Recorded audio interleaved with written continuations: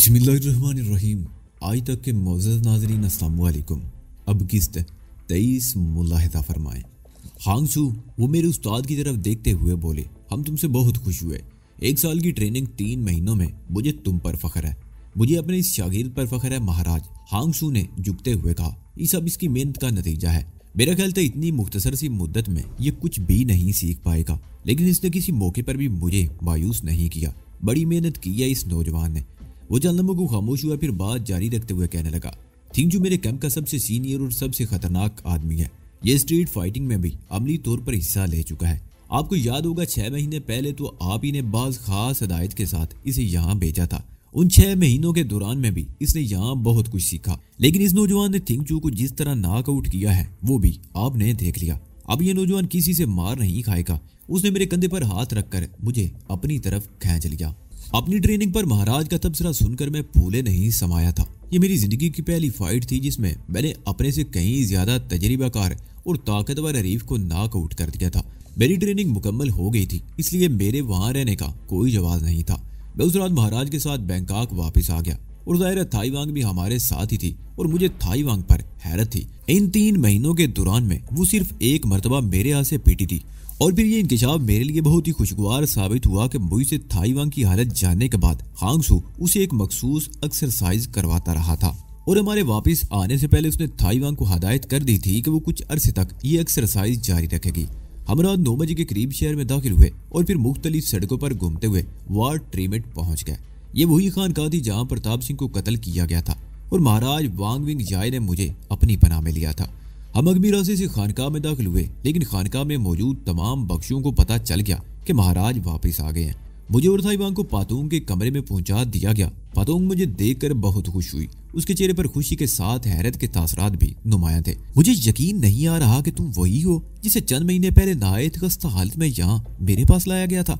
कैसा कद निकाला है तुमने। पातोंग ने आगे बढ़कर मुझे दोनों बाहों से पकड़ लिया और फिर वो चौंक गई। मेरे बाजू के मसल टटोलते हुए उसकी आंखों में अजीब सी चमक उभर आई। तुम पर महाराज की मेहनत जाया नहीं गई और मुझे लगता है महाराज बहुत जल्द तुम्हें कोई अहम जिम्मेदारी सौंपेंगे। तुम्हें कैसे अंदाजा हुआ कि महाराज मुझे कोई जिम्मेदारी सौंपेंगे। मैंने उसकी तरफ देखते हुए कहा, 2 दिन पहले वो मास्टर हुचन से बातें कर रहे थे और मैंने इससे कुछ अंदाजा लगा लिया था। पातोंग ने कहा, तुम्हें यहाँ के हालात का कुछ इल्म है? शहर में क्या हो रहा है? मैंने पूछा। बहुत कुछ, पातोंग ने जवाब दिया। वो हिंदू लड़की थी ना कौशल्या, जिसके फ्लैट में तुम चंद रोज रहे भी थे। हाँ मुझे याद है। कौशल्या को मैं कैसे भूल सकता हूँ। क्या उसे टाइगर की कैद से छुड़ा लिया गया है? मैंने कहा। वो तो गद्दार निकली, पातोंग ने कहा। उसके फ्लैट पर हमला उसकी गद्दारी की वजह से हुआ था। उसने किसी तरह टाइगर तक ये पैगाम पहुंचा दिया कि तुम उसके फ्लैट में हो और ये भी बता दिया था कि तुम्हारी हिफाजत के लिए क्या इंतजाम किए गए हैं। टाइगर के आदमियों ने मौका मिलते ही उसके फ्लैट पर हमला कर दिया था। तुम्हारी किस्मत अच्छी थी कि तुम वहां से भाग निकलने में कामयाब हो गए और वो टाइगर के आदमियों के साथ भाग गई थी। बाद में यही तासर दिया गया कि टाइगर के आदमी उसे उठा कर ले गए हैं और उसकी रिहाई के बदले तुम्हें उनके हवाले करने का मुतालबा किया गया था। ये इंकशाफ तो बाद में हुआ कि ये सब कुछ एक साजिश के तहत हुआ था। अब वो कहाँ है? मेरा मतलब है कौशल्या कहाँ है? मैंने पूछा। कौशल्या के बारे में सोचते हुए मेरा दिमाग घूम रहा था। वो रात मुझे अच्छी तरह याद थी जब उसने मुझसे अपनी हवस की आग बुझाने की कोशिश की थी और मेरा ख्याल उसके बाद उसने किसी तरह टाइगर के आदमी से राब्ता करके मेरे बारे में बताया होगा। कौशल्या जवान और हसीन औरत थी। अगर वो किसी मर्द को इशारा भी कर दे तो उसके कदमों पर लौटने लगे। मेरे बारे में भी शायद उसने यही सोच लिया था और बेलिबास होकर मेरे बिस्तर पर आ गई थी। उसका ख्याल था कि उसे मर न देकर मैं अपने होशो आवाज खो बैठूंगा और वो अपनी मर्जी के मुताबिक मुझसे अपनी ख्वाहिश पूरी करेगी। लेकिन मैंने उसे धुतकार दिया और मुझसे इंतकाम लेने के लिए उसने टाइगर के आदमी से मिलकर मुझे मरवाने की साजिश की थी। लेकिन खुशकिस्मती से मैं तो बच गया, लेकिन उसका राज भी बिलाखिर फाश हो गया था। उसका ट्रेनिंग सेंटर बंद हो चुका है, पातोंग कह रही थी। आजकल वो एक 3rd क्लास नाइट क्लब में फाइट के प्रोग्राम कर रही है। मास्टर हुचन तो उसे उठवाना चाहता था, लेकिन महाराज ने मना कर दिया। वो एक गद्दार औरत के लिए अपने किसी आदमी की जिंदगी दाव पर नहीं लगाना चाहता। महाराज का ख्याल है कि कौशल्या एक रोज खुद ही उसके कदमों पर आकर गिरेगी। मैं इनकारा भरकर रह गया। एक बात और, पातोंग ने कहा, टाइगर के आदमी तुम दोनों को बड़ी सरगर्मी से तलाश कर रहे हैं। उसके 2 आदमी तुम दोनों के हाथों मारे जा चुके हैं। उसने महाराज से भी मुतालबा किया था कि तुम दोनों को उसके हवाले कर दिया जाए। तुम्हें शायद 1-2 दिन से ज्यादा इस टेंपल में ना रखा जाए, इसलिए जहां भी जाओ जरा मोहतात रहना। और कुछ? मैंने मुस्कुराकर उसकी तरफ देखा। और ये कि अब तुम नहा लो, अजीब हुलिया हो रहा है तुम्हारा। पातुंग ने कहा। तुम्हें बाथरूम दिखाऊं? उसके होंठों पर शरीर सी मुस्कुराहट आ गई। नहीं, मैं खुद ही चला जाऊंगा, मैंने कहा, और उस वसी व अरीज कमरे से बाहर निकल गया। पातुंग का ख्याल दुरुस्त निकला था। दूसरे दिन शाम के बाद मुझे और थाई वांग को कलांग रोड के करीब एक बहुत बड़े वार्ड खानका में भेज दिया गया। उस खानका के साथ एक बहुत बड़ा मैदान था और उसके करीब ही वाइटो नोटन किक बॉक्सिंग स्टेडियम था। इस शहर का दूसरा सबसे बड़ा स्टेडियम था। उस खानका में बख्शुओं और रहबाओं के लिए अलग रिहायशी क्वार्टर थे और वहाँ किसी गैर मुतल्लक शख्स को दाखिल होने की इजाज़त न थी। रिहायशी क्वार्टर का एक रास्ता तो खानका के अंदर से था और दूसरा पिछली तरफ एक तंग सी गली में। यह दरवाजा आमतौर पर बंद ही रहता था। यहाँ में अलग अलग 2 कमरे दे दिए गए। मास्टर हुसैन हमारे साथ आया था। यहाँ भी राहिबों और रहबाओं को किक बॉक्सिंग की ट्रेनिंग दी जाती थी। मुझसे पहले जो ट्रेनर था उसे इस रोज किसी और जगह भेज दिया गया था और सब बख्शुओं को बता दिया गया था कि आज उन्हें ट्रेनिंग मैं दूंगा। मास्टर हुसैन ने उन्हें मेरा नाम मास्टर बता दिया था। मेरे ख्याल में मेरा तारुफ कराते वक्त उसके जहन में कोई नाम नहीं आ सका था, इसलिए हा ही बता दिया और ये नाम मुझे पसंद आया था। मुझे यहाँ भेजने की एक वजह मेरी समझ में आ गई। इस खानका में महात्मा बुद्ध का सोने का एक बहुत बड़ा मुजस्समा था जिसके गिर्द लोहे का मजबूत जंगला लगा हुआ था। दिन में 2 मरतबा इस जंगले का दरवाजा खोला जाता और ज़ायरीन मुजस्समे को छूकर सुकून क्लब हासिल करते और अपने अकीदे के मुताबिक दुआएं मांगते। उस मुजस्समे की हिफाजत के ख्याल से यहाँ के बख्शुओं को मोए थाई की ट्रेनिंग दी जाती थी। यूं तो मैं समझ गया था कि यहाँ बख्शु बेहतरीन फाइटर था, लेकिन मास्टर के ख्याल में उन्हें एक्टिव रखने के लिए मुझ जैसे आदमी की जरूरत थी। जंगल वाले कैंप से आने के बाद मैंने आईने में अपना हुलिया देखा तो चौंक गया था। वहाँ 3 महीनों में सिर्फ 1 मरतबा कैंची के साथ बड़ी बेतरतीबी से मेरे बाल काटे गए थे जो अब बढ़कर गर्दन तक पहुंच गए थे। पहले मैंने सोचा था कि कैंची ही से अपने बाल खुद ही काट लूं, लेकिन फिर कुछ सोचकर इन्हें छोड़ दिया। इन बेतहाशा बड़े हुए बालों की वजह से मेरा हुलिया बड़ी हद तक बदल गया था और बदला हुआ हुलिया मेरे लिए जरूरी था। 1-2 दिन तो मैं खानका तक महदूद रहा, फिर एक रोज किसी को बताए बगैर बाहर निकल गया। हिफाजत के लिए मैंने अपने लिबास में एक खंजर छुपा लिया था। मैं उस रोज बहुत देर तक शहर के मुख्तलिफ इलाकों में घूमता रहा। मैं पहली मरतबा इस शहर में अकेला बाहर निकला था। रास्तों का इल्म नहीं था, बस मुंह उठाए घूमता रहा। उसका एक फायदा ये हुआ कि कुछ रास्तों से वाकफियत हो गई और फिर एक बाजार में चलते चलते मैं एक दुकान के सामने रुक गया। दुकान के शोकेस में ऐसी चीजें सजी हुई थी जो आमतौर पर थिएटरों में इस्तेमाल होती हैं। लगई बालों की विगें, नकली मूंछें और मास्क वगैरह। मैं दुकान में दाखिल हो गया। मैंने अपने लिए एक फ्रेंच कट दाढ़ी पसंद की जिसे दुकानदार ने बड़ी नफासत से मेरे चेहरे पर चिपका दिया। इस दाढ़ी को किसी इजाफी चीज के बगैर आसानी से ठोड़ी पर चिपकाया और उतारा जा सकता था। दुकानदार ने स्याह शीशों वाली ऐनक भी मेरी आंखों पर लगा दी और जब मैंने अपने आप को आईने में देखा तो उछल पड़ा। मैं खुद भी अपने आप को नहीं पहचान सका था। मैंने कीमत अदा की और ये दोनों चीजें जेब में डालकर दुकान से बाहर निकल आया।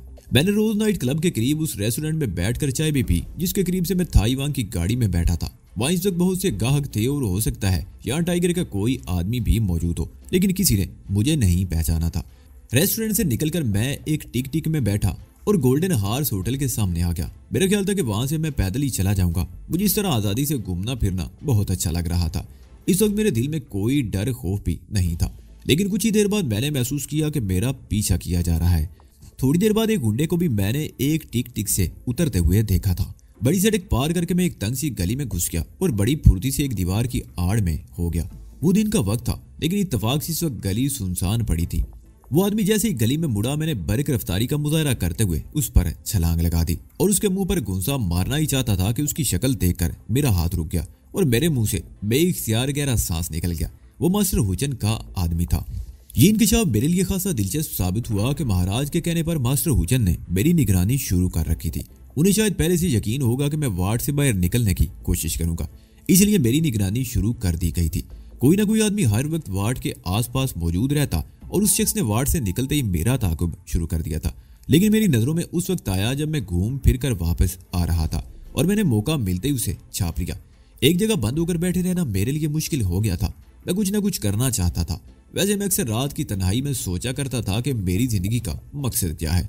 मेरे माँ बाप को सिंगापुर में मेरी नजरों के सामने कत्ल कर दिया गया और फिर वो मेरी जान के भी दुश्मन हो गए। चाचा प्रताप सिंह मुझे उनसे बचाने के लिए बैंकॉक ले आया और मेरी जान बचाने की कोशिश में वो खुद मारा गया। उसकी मौत के बाद में महाराज वांग विंग याय के हाथ लग गया। वो मुझे बहुत बड़ा मार्शल आर्टिस्ट बनाना चाहता था ताकि मैं अपने दुश्मनों का मुकाबला कर सकूं। मेरे वो दुश्मन भी शायद आईनी आसाब के मालिक थे जो अब तक मेरे पीछे लगे हुए थे, जबकि मेरे ख्याल में उन्हें तो बहुत पहले मेरा पीछा छोड़ देना चाहिए था। उन्हें तो ये सोचना चाहिए था कि मैं तो खुद अपनी जान के खौफ से भागा फिर रहा हूं और उन्हें क्या नुकसान पहुंचाऊंगा। लेकिन शायद सूरत हाल ऐसी नहीं थी जैसा मैं सोच रहा था। वाकयात का एक ऐसा तसलसल बनता गया जिससे वो अपने लिए खतरा महसूस करते रहे। पहले सिंगापुर की पुलिस मेरी हिफाजत के साथ साथ उन्हें भी तलाश करती रही। फिर प्रताप सिंह मुझे बैंकॉक ले आया और मैं महाराज की तहवील में आ गया। महाराज के बारे में भी वो जानते होंगे, उन्हें ज्यादा खतरा महसूस हुआ और इस नई सूरत से निपटने के लिए उन्होंने टाइगर जैसे आदमी की खिदमत हासिल कर ली जिसका अंडरवर्ल्ड पर होल्ड था। और फिर उनके हाथों महाराज का बेहतरीन आदमी मास्टर फू मारा गया। इस तरह दोनों पार्टियों में तसादम शुरू हो गया। थाई वांग एक बिल्कुल गैर मुतल्लक औरत थी। उसका कसूर सिर्फ ये था कि उसने मुझे पनाह दी थी। मेरी वजह से उसका सब कुछ तबाह हो गया और उसकी अपनी जिंदगी भी दाव पर लगी हुई थी। वो अगर चाहती तो मुझे छोड़कर किसी और शहर जा सकती थी, लेकिन उसने मुझे नहीं छोड़ा। मैं जब भी थाई वांग के बारे में सोचता मुझे बड़ा अफसोस होता। मुझे अभी तक ये मालूम नहीं हो सका कि दारा और किम वगैरह वापस जा चुके थे या अभी तक बैंकॉक ही में मौजूद थे। मेरे असल दुश्मन तो वही थे और मुझे उनसे इंतकाम लेना था। मेरे माँ बाप को मेरी आंखों के सामने कत्ल किया गया और मैं वो मंजर कभी नहीं भूल सकता। मुझे हर सूरत में दारा और चीफ आंग वगैरह से इंतकाम लेना था और उसके लिए चाहे मुझे दुनिया के आखिरी सिरे तक ही क्यों ना जाना पड़े। अब तो मैं उनसे बचने के लिए भागा फिर रहा था, लेकिन मुझे यकीन था कि एक वक्त वो भी आएगा जब ये मुझसे छुपते फिरेंगे और उन्हें कहीं पनाह नहीं मिलेगी। इससे पहले मुझे अपने आप को पूरी तरह तैयार करना होगा। हांगशू की तरबियत ने अगरचे मुझे मास्टर बना दिया था, लेकिन मैं समझता था कि ये तरबियत काफी नहीं थी। मुझे तजर्बे की जरूरत थी। अभी और कठिन मराहल से गुजरना था। मैं अपने आप को टाइगर के मामलात में उलझाना नहीं चाहता था, लेकिन उससे कतराया भी तो नहीं जा सकता था। इसके अलावा उसके 2 आदमी हमारे हाथों मारे गए थे और वो मेरी तलाश में था। और कभी तो मैं सोचता कि अच्छा है, इस तरह तजर्बा भी हासिल होगा। उस रोज मैंने बाहर जाने का फैसला कर लिया। मैं रात तकरीबन 8 बजे अपने कमरे में तैयारी कर रहा था। मेरे बाल इतने लंबे थे कि मैं उन्हें पीछे समेट कर चुटिया बना ली और थोड़ी देर फ्रेंच कट दाढ़ी चिपकाकर आईने में अपना जायजा लेने लगा। स्याह शीशों वाला चश्मा लगाने की जरूरत नहीं थी। दाढ़ी लगाने से ही मेरा चेहरा बहुत बदल गया। यूं भी रात के वक्त स्याह शीशों वाला चश्मा मशकूक बना सकता था। मेरा कद मेरी उम्र से ज्यादा बढ़ गया था। मार्शल आर्ट की कठिन ट्रेनिंग ने मेरी जिस्मानी नशोनुमा पर भी बड़ा असर डाला था। मैं अपनी उम्र से कहीं ज्यादा लगने लगा था और फ्रेंच कट दाढ़ी तो मेरे चेहरे पर बहुत अच्छी लग रही थी। मैं आईने में अपना जायजा ले रहा था कि दरवाजा खुलने की आवाज सुनकर पीछे मुड़ा। वो थाई वांग थी। वो मेरी शक्ल देखते ही उछल पड़ी। कौन हो तुम? और मेरे इल्क से बेइख्तियार क्या निकल गया। इस दाढ़ी से थाई वांग भी मुझे पहचान नहीं सकी थी। मेरी आवाज सुनकर वो एक बार फिर उछल पड़ी। ओह, उसके मुंह से हैरत ज़्यादा सी आवाज निकली। ये क्या? मेरा मतलब ये दाढ़ी शाम को तो नहीं थी। मैंने मुस्कुराते हुए दाढ़ी उतार दी और फिर आईने की तरफ रुख करके उसे दोबारा चिपका लिया। मैं बाहर जा रहा हूँ ताकि सूरत हाल का जायजा ले सकूं। यहाँ बैठे बैठे तो मेरा दम घुटने लगा है। मैंने कहा, तुम्हें मालूम है टाइगर के आदमी तुम्हें तलाश करते फिर रहे हैं। अगर उनमें से किसी ने तुम्हें देख लिया तो तुम मुझे पहचान नहीं सकी तो और कैसे पहचानेगा? मैंने मुस्कुराते हुए उसकी बात काट दी।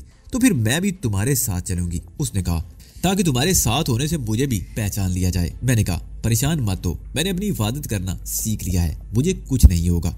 मैं बड़ी मुश्किल से उसे समझा सका था। उस रात मैंने वार्ड से बाहर जाने के लिए वार्ड का अगली छोटा दरवाजा इस्तेमाल किया। थाई वांग उस दरवाजे तक मेरे साथ आई थी और मैंने वापस आने का रास्ता भी तलाश कर लिया था।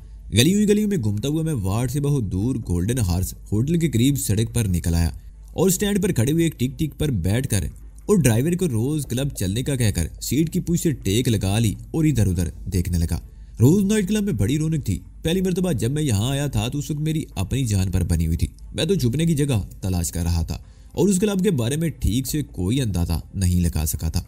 अब पहली मरतबा इस क्लब को अच्छी तरह देखने का मौका मिला था। ये वाकई 3rd क्लास किस्म का क्लब था।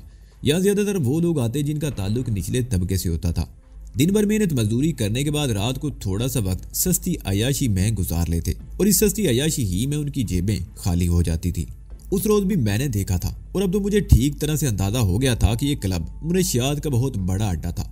मरकजी हाल तो उन गाहकों के लिए मखसूस था जो काफी चाय, कोल्ड ड्रिंक्स और शराब वगैरह पीने के साथ स्टेज प्रोग्राम से लुत्फ अंदोज होते थे।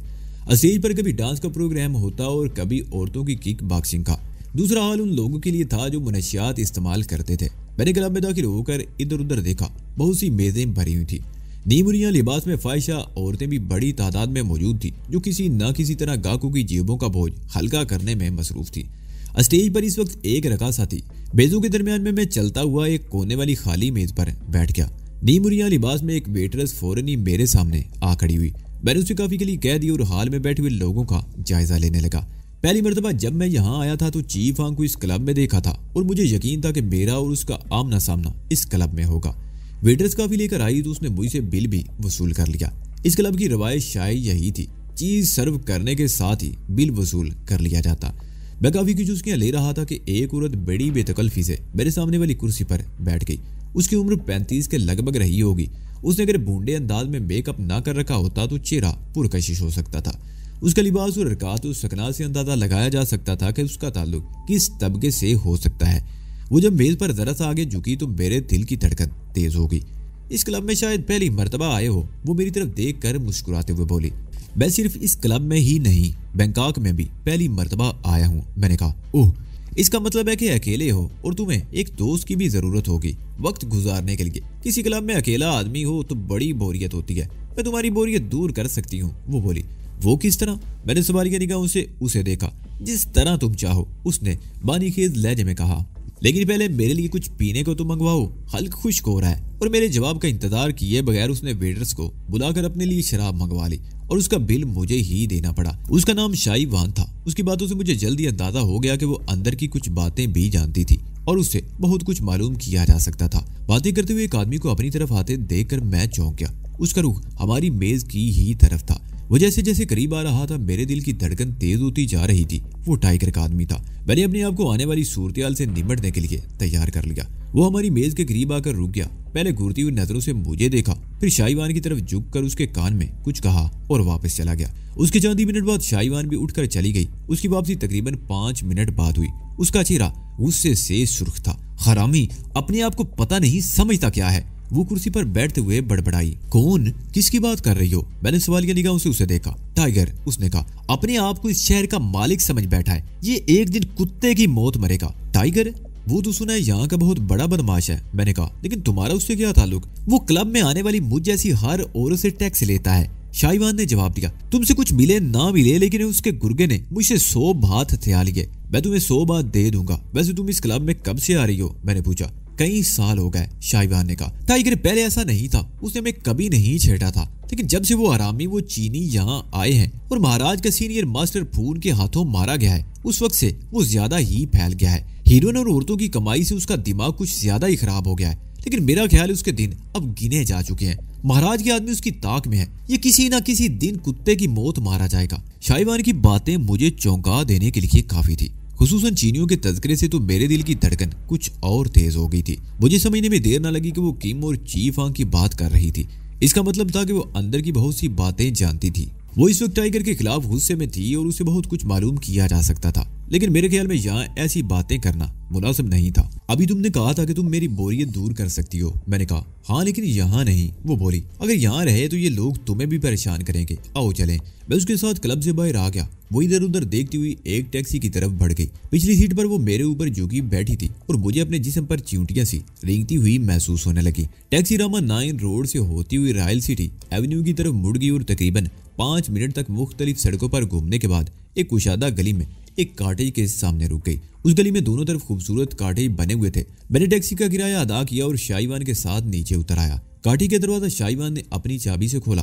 3 कमरों का एक मुख्तसर सा कॉटेज था। एक दरवाजा अकबी गली में भी खुलता था। वो मुझे निशिस्तगाह में ले आई। फर्नीचर और दर्जे का था। मैं इधर उधर देखता हुआ एक सोफे पर बैठ गया। वो भी मेरे साथ इस तरह बैठ गई कि उसका बोझ मेरे ऊपर था। मैं उससे बचने की कोशिश कर रहा था और वो मेरे ऊपर झुकी जा रही थी। मेरे जिस्म के मुसाम पसीना उगलने लगे। तुम टाइगर और उन 2 चीनियों के बारे में कुछ बता रही थी। मैंने सोफे से उठकर कुर्सी पर बैठते हुए कहा। उन हरामियों की बात छोड़ो, इस वक्त अपनी बात करो। वो भी सोफे से उठ गई। उसे कुर्सी की तरफ आते देखकर मैं दोबारा सोफे पर बैठ गया। तुम तो मुझसे इस तरह डर रहे हो जैसे मैं तुम्हें खा जाऊंगी। वो मेरी तरफ देखकर मुस्कुराते हुए बोली। वो दरअसल बात यह है कि मैं तुम्हारे साथ इसलिए आया हूँ कि तुमसे कुछ बातें करना चाहता हूँ। मैंने हकलाते हुए कहा। सिर्फ बातें करने के लिए? उसने मुझे घूरा। क्या सिर्फ बातें करने के लिए रकम खर्च कर रहे हो? बातें तो वहां भी हो सकती थी। रकम की फिक्र मत करो, तुम्हें पूरा मुआवजा मिलेगा। लेकिन जो भी बातें मैं करना चाहता हूँ वो वहां नहीं हो सकती थी। मैं नहीं चाहता कि हमारी बातें दूसरे भी सुन लें।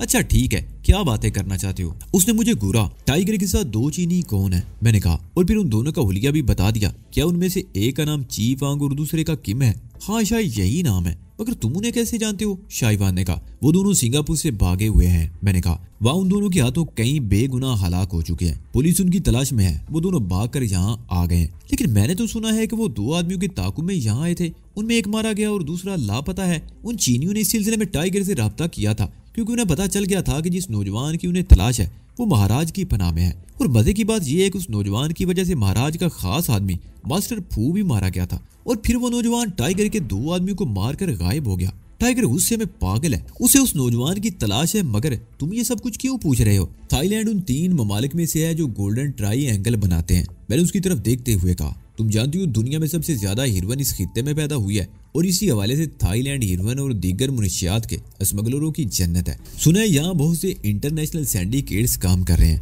और हम भी इसी बहती गंगा में हाथ धोने का प्रोग्राम बना रहे हैं। तुम मुझे मेरे सिंडिकेट का नुमाइंदा कह सकती हो। मैं यहाँ ये सिर्फ जायजा लेने आया हूँ कि हमें यहाँ कदम जमाने का मौका मिल सकता है या नहीं। अगरचे मैं आज ही यहाँ आया हूँ और सबसे पहले मुझे टाइगर ही के बारे में मालूम हुआ है। सुना है अंडरवर्ल्ड पर उसका बड़ा कंट्रोल है और मेरे ख्याल में तुम उसके बारे में कुछ जानती हो। मैंने तुम पर भरोसा करके ये सारी बातें कही हैं। अगर तुम उसके बारे में कुछ मालूमात फराहम कर दो तो मैं तुम्हें माकूल माली फायदा पहुंचा सकता हूँ। मैं खामोश होकर उसकी तरफ देखने लगा। मुनशियात की स्मगलिंग और गोल्डन ट्रायंगल के बारे में मुझे कैंप के बख्शुओं से बहुत सी बातें मालूम हुई थी। ये बख्शु लोग थाईलैंड, बर्मा, लाओस, वियतनाम, चीन और हिंदुस्तान में आज़ादी से घूमते रहते थे। सरहदें इनके लिए कोई मानी नहीं रखती थी। ये लोग बहुत कुछ देखते थे, बहुत कुछ सुनते थे, लेकिन अपनी जबानें और आंखें बंद रखते थे। इन मामला से कतई ला ताल्लुक थे। ये सिर्फ बुद्ध की तालीमात का प्रचार करते और गालबन यही वजह थी कि इन इलाकों में सफर करते हुए इनसे कोई बाज पुरस नहीं हुई थी और इन्हें कोई रोक टोक भी पेश नहीं आई थी। मेरी बात सुनकर शाहिवान की आंखों में चमक सी उभर आई थी। यहाँ बहुत सारी सिंडिकेट काम कर रही हैं, वो मेरी तरफ देखते हुए बोली, लेकिन उन्हें दूसरे मामला से कोई दिलचस्पी नहीं। सिर्फ टाइगर एक ऐसा आदमी है जिसने चारों तरफ टांगे फैला रखी हैं। ये हिरवन स्मगल नहीं करता। इसने हिरवन और दीगर मुनशियात की सप्लाई के लिए शहर में कई अड्डे कायम कर रखे हैं। मुनशियात के अलावा दूसरे भी बहुत से नाजायज धंधे करता है। कुछ अर्सा पहले तक तो शहर भर के गुंडे इसके कंट्रोल में थे, लेकिन जब से महाराज से अनबन शुरू हुई है कुछ लोग इसका साथ छोड़ चुके हैं। वो महाराज से डरते हैं। उनका साथ छोड़ने वाले अगरचे महाराज के साथ भी नहीं मिले, वो लड़ाई झगड़ों में दोनों से अलग रहना चाहते हैं। महाराज से अनबन की वजह से टाइगर के कारोबार पर भी बड़ा असर पड़ा है, लेकिन वो जिद्दी आदमी है, महाराज के सामने झुकेगा नहीं। उन दोनों चीनियों के साथ एक तीसरा आदमी भी आया था। मैंने उसे दारा गुलिया बताया। क्या वो भी टाइगर के साथ है? वो सिंगापुर चला गया है, लेकिन सुना है टाइगर के साथ मिलकर एक अलग रैकेट बनाना चाहता है। वो इसी सिलसिले में सिंगापुर वापस चला गया है, चंद रोज में आ जाएगा। ये भी सुनने में आया है कि उसने टाइगर को उस नौजवान की तलाश के लिए एक बड़ी रकम दी है। उसका कहना है कि जब तक वो नौजवान जिंदा है या उसकी गिरफ्त में नहीं आ जाता उस वक्त तक वो सुकून से काम नहीं कर सकता। किम और ची फांग, मेरा मतलब है वो दोनों चीनी कहाँ होते हैं? मैंने पूछा। किम का तो पता नहीं, लेकिन ची फांग को अक्सर टाइगर के साथ देखा गया है। पहले उसने रोज क्लब को अपना अड्डा बना रखा था, लेकिन आजकल उसका ज्यादा वक्त नाइट हिवन क्लब में गुजरता है। सुना है महाराज की एक बहुत बड़ी करीबी शागिर्द भी टाइगर से मिल गई थी। मैंने पूछा। ओह, तुम शायद कुशलिया की बात कर रहे हो, शाहिवान ने कहा। वो हिंदुस्तानी लड़की आजकल अपने आप को जिंदा रखने के लिए हाथ पैर मार रही है। महाराज से गद्दारी करके उसने अपने आप को तबाह कर लिया है। उसका ख्याल था कि टाइगर उसे बहुत बड़ा इनाम देगा, लेकिन अब वो उसे मुंह नहीं लगाता। अलबत्ता टाइगर ने उसे अपने एक क्लब में किक बॉक्सिंग के मुकाबलों की इजाजत दे दी है। टाइगर को कुशलिया से कोई हमदर्दी नहीं, वो तो अपने फायदे के मद्देनजर रखता है। कुशलिया एक अच्छी किक बॉक्सर है, जवान और हसीन है। लोग उसे देखने के लिए नाइट क्लब जाते हैं। मैं कुछ कहना ही चाहता था कि दूसरे कमरे में फोन की घंटी बजी। उठकर दूसरे कमरे में चली गई और मैं उसकी बातों पर गौर करता रहा। उसे टाइगर और दारा वगैरह के बारे में कुछ ऐसी बातें बताई थी जो रिंग के बाहर का आदमी नहीं जान सकता था। एक लम्हे को मुझे यह भी शुबा हुआ कि मेरे साथ धोखा तो नहीं हो रहा। शाहिवान ने ऐसी बातें किस कदर आसानी से मुझे बता दी थी, लेकिन फिर मैंने इस ख्याल को जहन से झटक दिया। ऐसी शिकारी औरतों को सिर्फ पैसे का लालच होता है। वो मुझे मोटी आसामी समझकर मेरे करीब आई थी। उसका मकसद मेरी जेब से ज्यादा रकम निकलवाना था और मेरी बातों से उसे यकीन हो गया था कि वो मुझसे अच्छी खासी रकम बटोर लेगी और इसलिए वो मेरी सारी बातों का जवाब देती चली गई थी।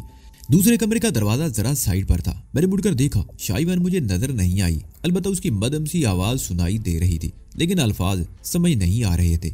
मैं सीधा होकर बैठ गया। तकरीबन 5 मिनट बाद मैं अपने कंधों पर हाथ का दबाव महसूस करके चौंक गया।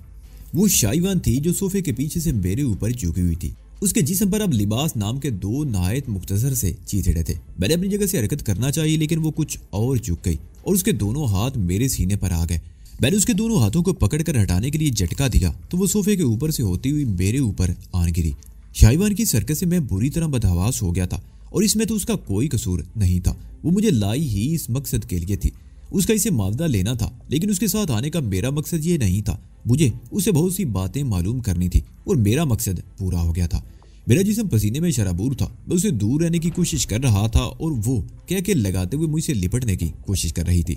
अच्छा मैं चलता हूँ। मैंने जेब से कुछ और नोट निकाल कर मेज पर रख दिए। फिर मिलूंगा तुमसे। अभी तुम कैसे जा सकते हो? शाहीवान मुझसे लिपट गई। मैं जिस काम का मुआवजा लेती हूँ वो पूरा करती हूँ। मैं उन औरतों में से नहीं हूँ जो गाहक की जेब से रकम निकलवा लेती हैं लेकिन करती कुछ नहीं। मैं तुम्हें मायूस नहीं करूंगी, आओ ना। नहीं, मैंने उसके दोनों बाजू झटक कर अपने आप को उससे अलग कर दिया। अब मुझे चलना चाहिए, फिर मुलाकात होगी। उसी के साथ ही दब की आवाज सुनकर मेरा जुमला अधूरा रह गया। यह आवाज बाहर से आई थी और साफ लगा था कि कोई दीवार से कूदा था। मैंने दरवाजे की तरफ देखा, बरामदे वाला दरवाजा भिड़ा हुआ था। लेकिन मैंने दरवाजे में मामूली सी जूरी पैदा करके बाहर झांका तो मेरा दिल उछलकर हल्क में आ गया। 2 आदमी बाहर की दीवार कूद कर अंदर आए थे और उनमें एक तो चीफ हांग था। मैंने दरवाजा बंद करके बोल्ट चढ़ा दिया और शाहीवान की तरफ देखने लगा। उसके होंठों पर बड़ी मानी खेज मुस्कुराहट थी।